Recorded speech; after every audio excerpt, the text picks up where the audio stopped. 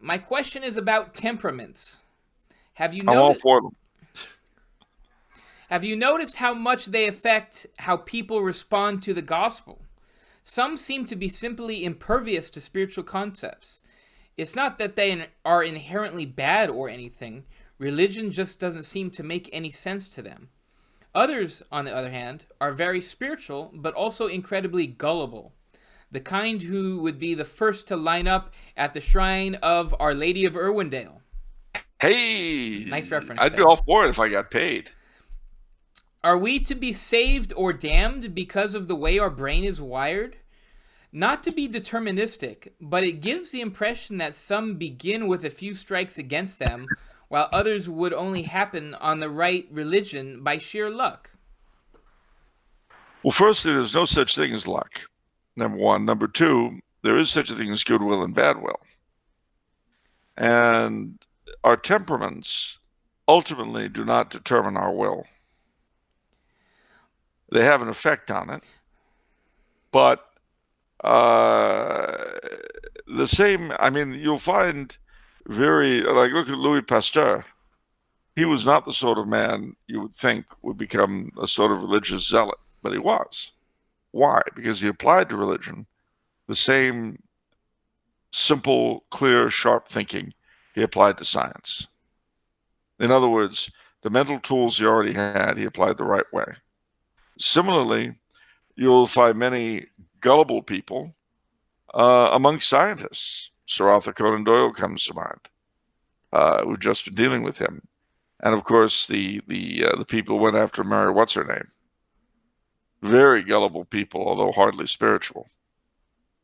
I don't believe that to be true at all.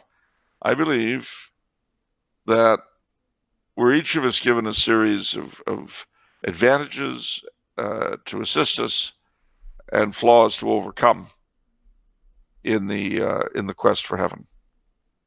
And part of achieving that quest is overcoming those difficulties and strengthening those abilities. But they're different for each of us. I mean, what appears to be an imperviousness to spirituality can also be a lot of other things. It could be self-satisfaction. I don't need anything. I've already got me. It could just be laziness, sloth. I understand that completely.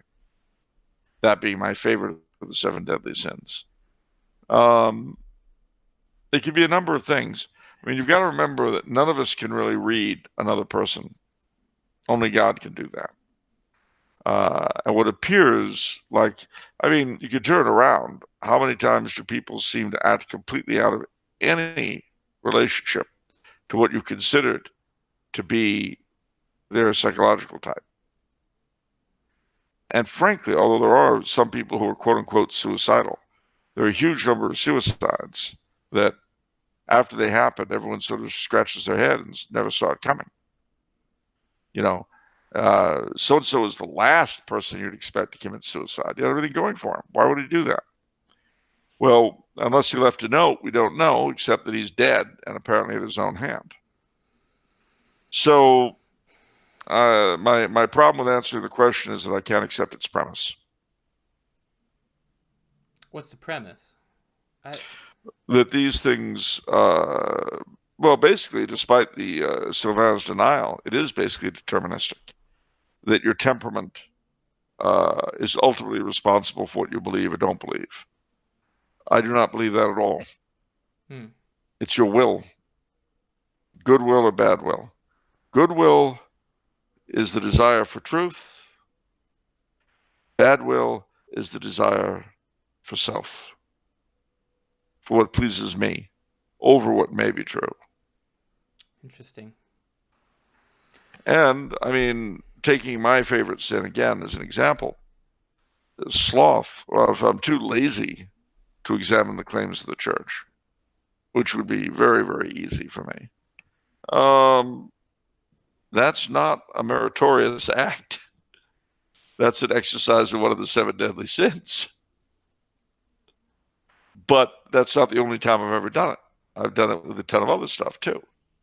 So it's not like it's that one thing alone. Right. It's the totality, you see.